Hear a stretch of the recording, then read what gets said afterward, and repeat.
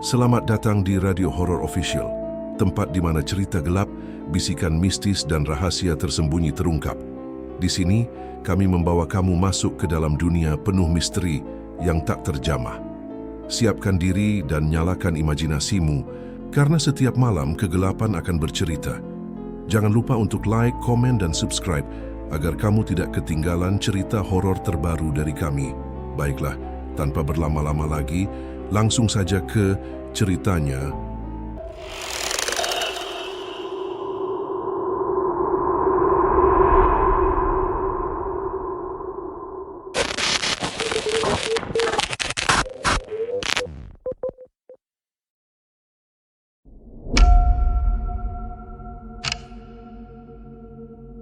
Langit kota Semarang sore itu mendung ketika 5 sahabat lama berkumpul kembali di sebuah kafe. Sudah hampir setahun mereka tidak melakukan pendakian bersama. Obrolan mengalir ringan, penuh tawa dan nostalgia, hingga akhirnya Randy mengeluarkan usulan yang membuat semua teringat sejenak. Gimana kalau kita naik merbabu minggu depan? Jalur lama, lewat Dusun Watu, kata Randy sambil menyodorkan peta tua yang ia temukan di komunitas pendaki. Siska, pacar Randy, langsung mengerutkan dahi. Jalur Watu, bukannya itu jalur lama yang udah nggak dipakai, katanya angker. Tia yang biasanya santai hanya tertawa. Ah, mitos doang itu. Kalau emang serem, kenapa dulunya dipakai juga? Dani, si pendiam, hanya diam 1000 bahasa. Tapi Fajar, pendaki pemula yang baru bergabung di komunitas, tampak antusias. Aku ikut. Sekalian pengalaman pertamaku naik gunung beneran. Randy meyakinkan mereka bahwa jalur itu bisa mempercepat waktu tempuh. Dan menurutnya, kisah horor itu hanya cerita warga yang dibuat nakut-takutan pendaki. Malam keberangkatan seminggu. Kemudian, mereka tiba di kaki Gunung Merbabu. Hari sudah hampir malam. Mereka memutuskan untuk bermalam di rumah seorang warga tua sebelum memulai pendakian esok pagi. Pak Sastro, pemilik rumah, sudah puluhan tahun tinggal di sana. Saat Randy menyebut akan lewat jalur lama Watu, raut wajah Pak Sastro langsung berubah. Tegang, nak. Saya sarankan jangan lewat jalur itu. Sudah banyak yang nyasar. Ada yang tidak pulang. Apalagi kalaupun pulang, bukan mereka yang sebenarnya. Siska mulai gelisah. Tapi Randy bersikukuh. Tenang, Pak. Kami sudah persiapan matang. Pak Sastro tak membalas. Hanya berdiri sambil menatap kosong ke arah gunung, lalu berkata lirih, kalau kalian tetap nekat, jangan pernah buang makanan di jalur, jangan ambil apapun, dan jangan jawab kalau ada yang manggil nama kalian. Malam itu suasana makan malam di rumah Pak Sastro jadi hening. Di luar ramah, suara angin seperti membawa bisikan. Dani yang duduk di teras melihat siluet seorang wanita di antara pepohonan, berdiri membelakanginya. Namun saat dia memanggil Randy dan menunjuk, sosok itu sudah hilang. Pagi hari pendakian dimulai subuh. Mereka mulai menapaki jalur Tua Watu. Jalur itu memang berbeda dari jalur resmi. Pepohonan lebih rapat, semak belukar menjuntai, dan udara terasa dingin menusuk. Beberapa ratus meter menanjak, mereka menemukan tumpukan batu berlumut dengan ukiran aneh, menyerupai wajah manusia. Fajar mendekot dan menyentuh salah satu batu. Keren, kayak ukiran zaman dulu ya. Dani langsung menepis tangannya. Jangan sembarangan, Tio tertawa, berusaha mencairkan suasana. Tapi langkah mereka mulai terasa berat. Seperti ada yang memperhatikan. Langit mulai menghitam meski baru. Jam 8 pagi, kabut tipis muncul dari balik pepohonan. Dan saat mereka menengok ke belakang jalur yang tadi mereka lewati menghilang. Seolah-olah gunung tak ingin mereka kembali. Perjalanan semakin sunyi. Kabut juga belum hilang sejak pagi tadi. Seolah menjadi kabut abadi yang melingkari jalur tua Gunung Merbabu. Langkah mereka melambat, bukan karena lelah, tapi karena perasaan yang semakin tak nyaman. Jalur setapak terasa seperti melingkar di tempat yang sama. Semak dan beta-beta besar terlihat serupa. Kita tadi udah lewat batu ini deh, gumam Siska sambil menunjuk batu besar berlumut dengan guratan menyerupai tangan mencakar. Dani yang berada di belakang tiba-tiba menghentikan langkahnya. Tunggu. Kalian dengar gak? Mereka bertanya-tanya. Lalu samar-samar, dari balik pepohonan terdengar suara gamelan Jawa. Pelan, lirih, seolah datang dari arah yang jauh tapi menembus langsung ke dalam kepala. Jangan bercanda deh, kata Tio. tapi terdengar gemetar. Randy memutuskan untuk berhenti dan mendirikan tenda di sebuah tanah datar dekat pohon besar. Langit mendung menggantung rendah dan jam baru menunjukkan pukul 3 sore, tapi suasana sudah seperti sore menjelang malam. Malam pertama, teror dimulai. Malam turun cepat. Kabut berkabut di area tenda. Lampu kepala mereka hanya mampu menembus beberapa meter ke depan. Angin menggambarkan lirih. Terlalu lirih, seolah mengendap-endap. Tio yang pertama kali merasa tidak enak. Ia merasa tenda mereka bergeser sendiri. "Woi, ini tenda geraknya sendiri. Serius!" Teriakannya pelan. Semua keluar dari tenda. Tak ada angin, tanah pun datar. Tapi jelas terlihat tenda mereka bergeser sekitar 20 cm dari posisi awal. Tampaknya digeser oleh sesuatu dari bawah. Mereka mencoba tenang dan masuk kembali. Tapi semakin Danny, yang sedari awal tampak gelisah, duduk memeluk lutut di sudut tenda. Pandangannya kosong ke arah luar. "Aku lihat perempuan," katanya lirih, pakai kebaya merah, berdiri di balik pohon itu. Randy menyalakan senter dan mengarahkan ke tempat yang ditunjuk Danny. Tak ada apa-apa, tapi tiba-tiba Fajar ikut, berdiri dan berjalan perlahan menuju arah yang sama. "Itu dia. Dia manggil aku. Katanya namaku bagus." Siska menarik Fajar kembali ke dalam tenda. "Kamu kenapa sih? Gak ada siapa-siapa." Fajar hanya tersenyum kecil. "Dia baik kok. Dia mau nemenin kita naik sampai puncak." Sejak saat itu, Fajar mulai berubah. Ia menjadi pendiam, sering tertawa sendiri. Mulutnya komet-kamit seperti berbicara dengan seseorang.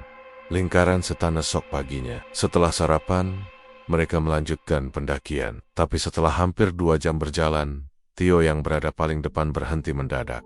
"Ini lagi, gumamnya. Batu besar bercakar. Semak kering yang sama, bahkan mengomel patah yang mereka injak kemarin masih di sana."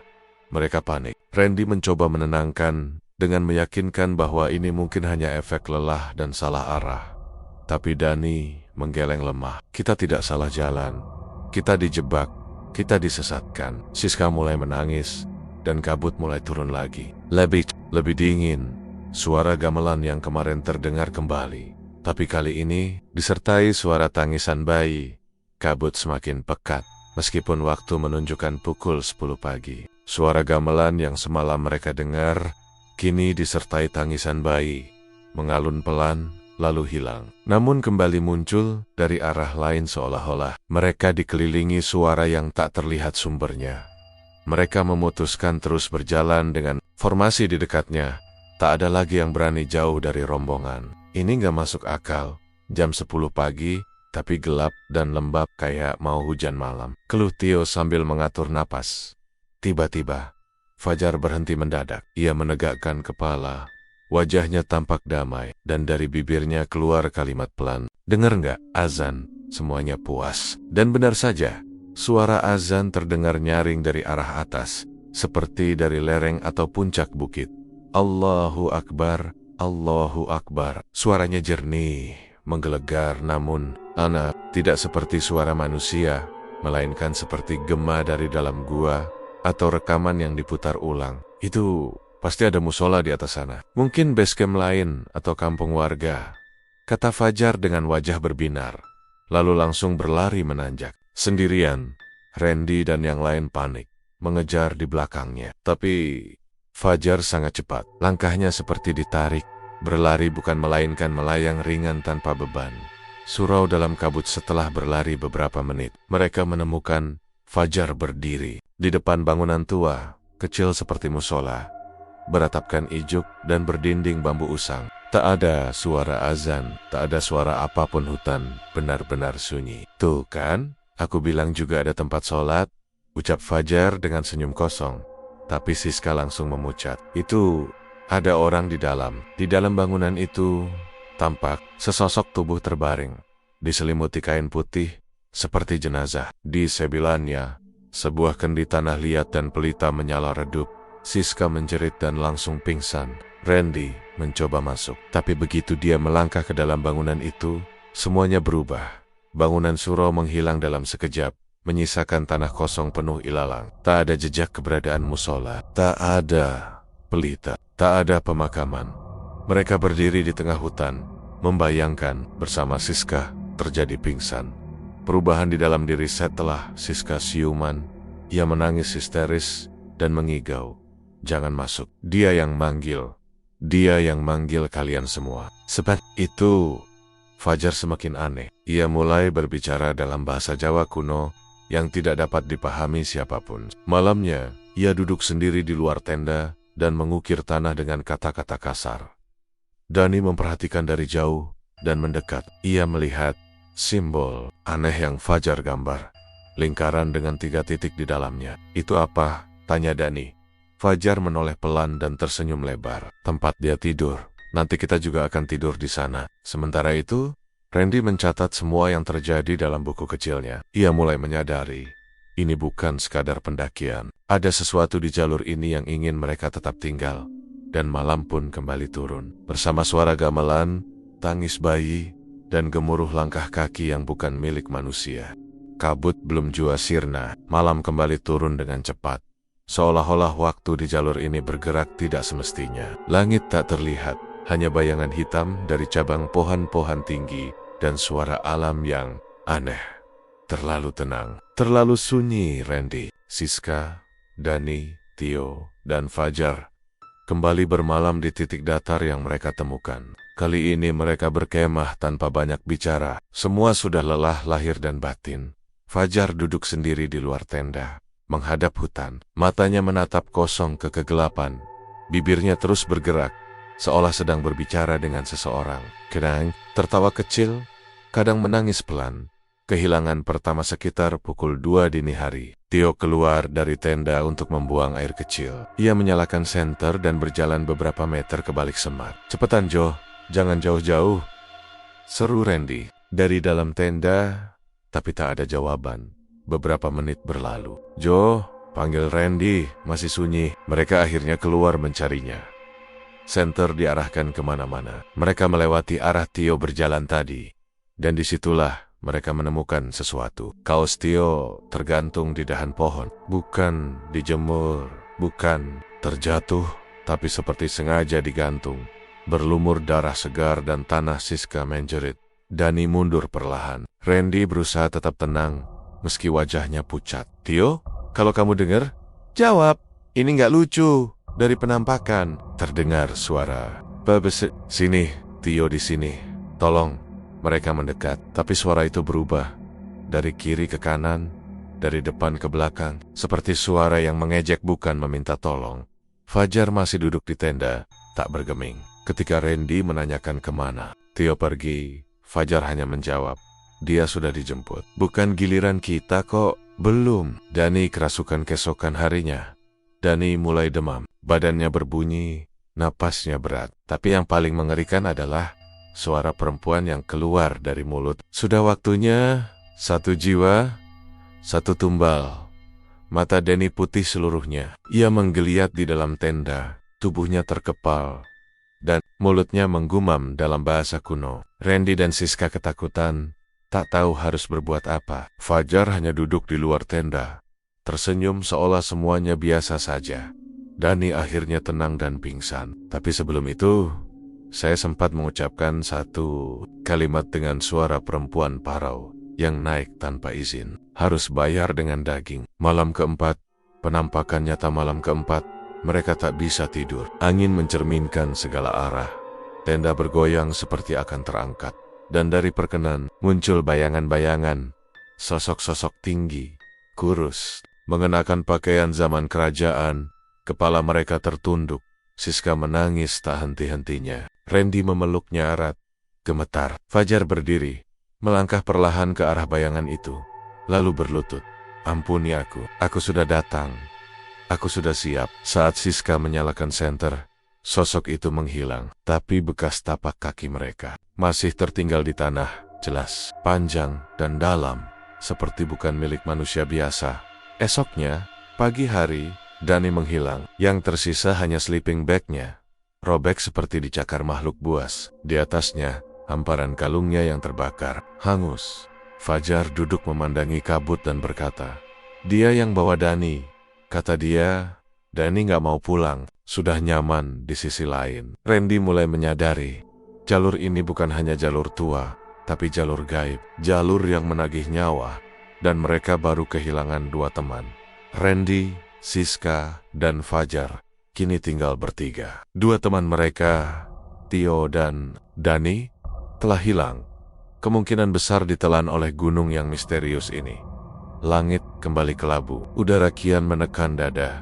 Seakan oksigen semakin menipis, meski mereka belum sampai puncak. Tapi yang paling mengerikan bukanlah kelelahan fisik, melainkan perasaan dihantui. Seperti ada sesuatu yang terus mengikuti mereka dari belakang, tanpa suara. Namun terasa, mimpi Siska terus mengalami mimpi buruk. Tiap kali ia terlelap, ia seperti dibawa ke zaman dahulu kala, melihat kereta kencana melintasi hutan, iring-iringan prajurit dengan tombak, dan seorang perempuan muda berkulit pucat diseret oleh 4 lelaki bertopeng. Kamu harus rela untuk tanah dan kekuasaan.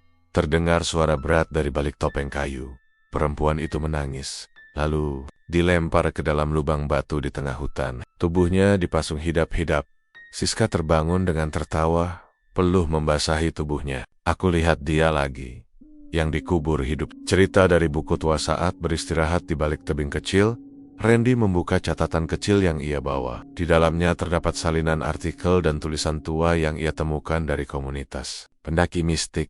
Jalur Tua Watu dulunya jalur ritual, digunakan oleh prajurit kerajaan untuk membawa tumbal manusia yang dijanjikan dalam perjanjian pesugihan. Tiap 7 tahun, seorang muda harus dikorbankan ke puncak. Bila tidak, maka pengikut kerajaan akan diburu arwah para tumbal sebelumnya. Simbol yang Fajar lukis, lingkaran dengan 3 titik, ternyata adalah simbol tapak leluhur, tanda bahwa seseorang telah terikat hutang darah dengan roh gunung. Perubahan Fajar kini nyaris tidak bisa diajak bicara. Tubuhnya tampak lemas, tapi matanya merah seperti menahan tangis yang terus mengendap. Ia hanya berkata pelan, berulang-ulang. Dia bilang, aku malah Dani, tapi kalau aku bawa 1 lagi, aku bisa bebas. Randy sadar, Fajar sudah setengah dirasuki. 1 lagi. Maksudnya siapa? Fajar menatap Siska, lalu tersenyum tipis. Teror malam, makhluk tanpa kepala malam itu. Ketika mereka kembali membangun tenda, suara-suara mulai mendekat. Bukan suara alam, melainkan gumaman, tangisan, tawa wanita, dan bunyi langkah banyak kaki. Ketika Randy membuka tenda dan menyorotkan senter, ia melihat makhluk tinggi besar, mengenakan pakaian adat Jawa, namun kepalanya tidak ada. Makhluk itu melintas perlahan di tepi tenda, diikuti bayang-bayang lain yang juga tanpa kepala. Bau anyir darah dan dupa menyengat udara malam. Siska pingsan. Randy hanya bisa memeluk tubuh kekasihnya sambil membaca doa, sementara Fajar berdiri di luar tenda sambil merokok. Ampuni aku bawa dia. Aku sudah bawa 1 lagi. Alright, berikutnya, jalur tertutup saat pagi menjelang. Mereka bersiap turun gunung, tapi jalur yang lalui menghilang, benar-benar hilang. Batu penanda yang semalam mereka injak sudah tidak ada. Semua arah berubah menjadi semak belukar tebal. Seakan gunung menutup, Randy mengikat tali ke pinggang Siska dan menggenggam erat tangannya. Apapun yang terjadi, kamu jangan lepas dari aku. Kita harus keluar dari sini. Sementara itu, Fajar mulai menjauh. Ia berdiri menatap ke arah langit dan berbisik, kalau kalian selamat, bilang ke ibuku, aku minta maaf. Dan perlahan, ia melangkah masuk ke dalam kabut, tanpa berpaling, tanpa suara, dan tak pernah terlihat lagi. Kini hanya tinggal Randy dan Siska. Mereka kehilangan Fajar, Theo, dan Dani. Entah terbunuh atau hilang dalam dimensi lain. Meski hati mereka diliput ketakutan, satu-satunya pilihan yang tersisa terus mendaki ke atas. Randy yakin, puncak adalah satu-satunya titik mereka bisa menemukan sinyal, atau mungkin bantuan. Namun seiring langkah kaki mereka yang menanjak, sesuatu yang aneh mulai terasa. Alam seolah berhenti berubah. Langit tetap kelabu, angin tetap diam, burung tak berkicau. Apalagi tak ada serangga. Jam tangan Randy menunjukkan pukul 11 siang. Namun cahaya seperti sore menjelang malam mereka sampai di puncak setelah mendaki selama 2 jam. Mereka akhirnya tiba di sebuah area terbuka. Tidak ada plakat puncak merbabu. Tidak ada tanda-tanda pendaki lain. hanya tanah datar berlumpur, dipenuhi batu besar, dan pohon-pohon kering menjulang seperti tangan yang menggapai langit.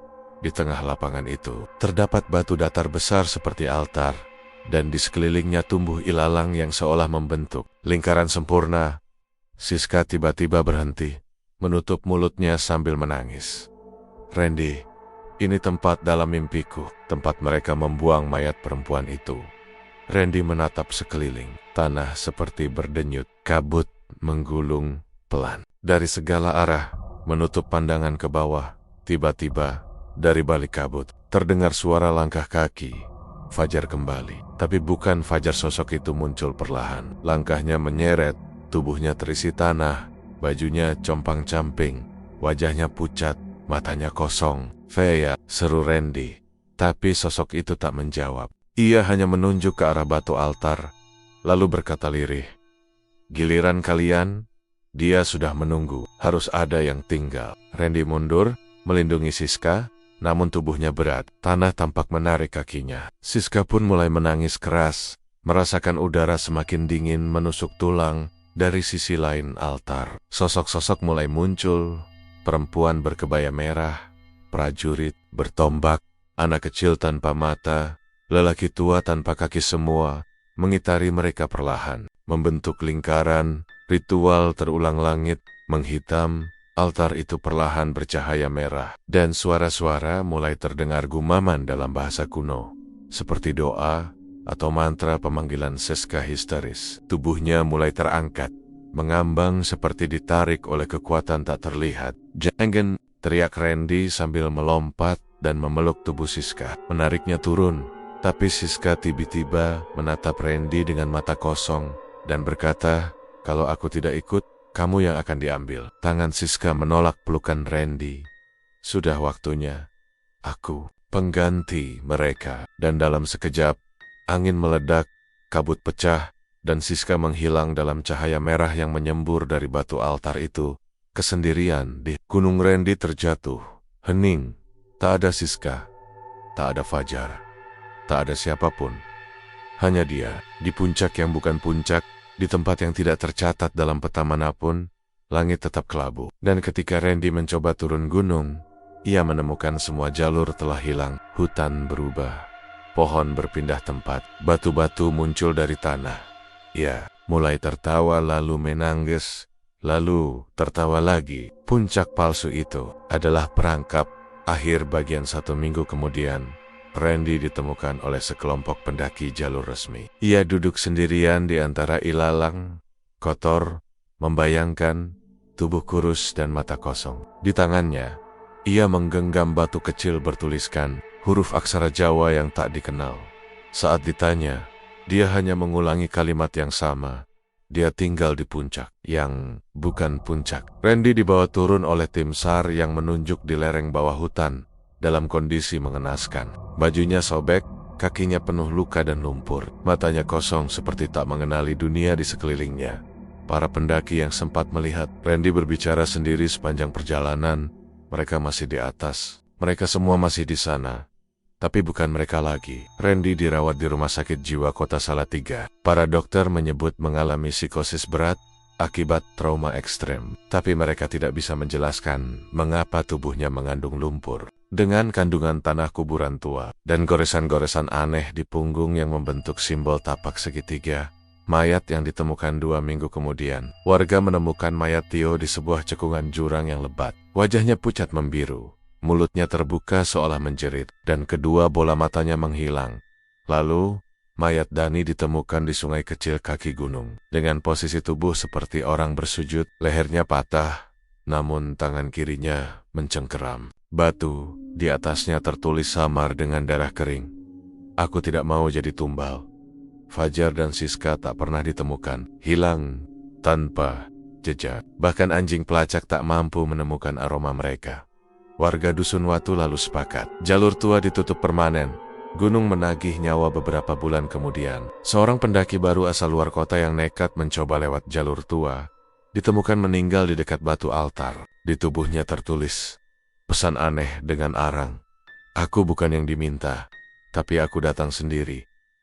Maafkan aku." Desas-desus mulai menyebar luas. Jalur tua itu ternyata jalur ritual kuno peninggalan kerajaan masa lalu, tempat para raja menitipkan tumbal demi kejayaan politik dan kekuasaan spiritual. Kini, meskipun kerajaan telah tiada, Roro perjanjian itu masih menagih janji Randy. Dan simbol terakhir di rumah sakit, Randy mulai bisa berbicara. Tapi hanya satu hal yang bisa ia ceritakan, terus-menerus, tentang puncak palsu. Kau kira itu puncak?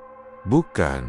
Itu pelataran mereka. Mereka duduk menanti, menatapmu, memutuskan apakah kamu boleh pulang atau jadi bagian dari tanah. Suatu malam, Randy menghilang dari ruang rawatnya. Di dinding, ia meninggalkan lambang segitiga bertitik 3 yang dilukis dengan darah dari jarinya sendiri, dan di lantai kamarnya tertulis dalam huruf Jawa kuno, 1 harus kembali.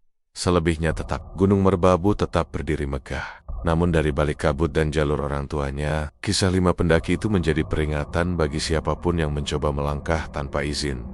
Karena ada tempot-tempot yang tidak menerima tamu, kecuali untuk tinggal selamanya, saudara pendengar. Semua puncak gunung membawa kemenangan. Ada puncak yang justru menjadi akhir dari segalanya. Puncak tempat manusia tidak dijunjung oleh alam, melainkan ditelan oleh kutukan. 5 sahabat mendaki Gunung Merbabu. Hanya 1 yang kembali. Namun jiwa tertinggal di antara kabut dan akar tua sang gunung tidak butuh banyak. Cukup 1 tumbal.